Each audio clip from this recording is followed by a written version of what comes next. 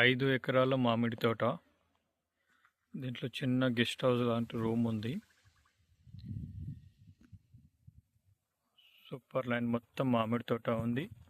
Boundaries entrance రోడ్లో కొబ్బరి చెట్లు ఉంటాయి.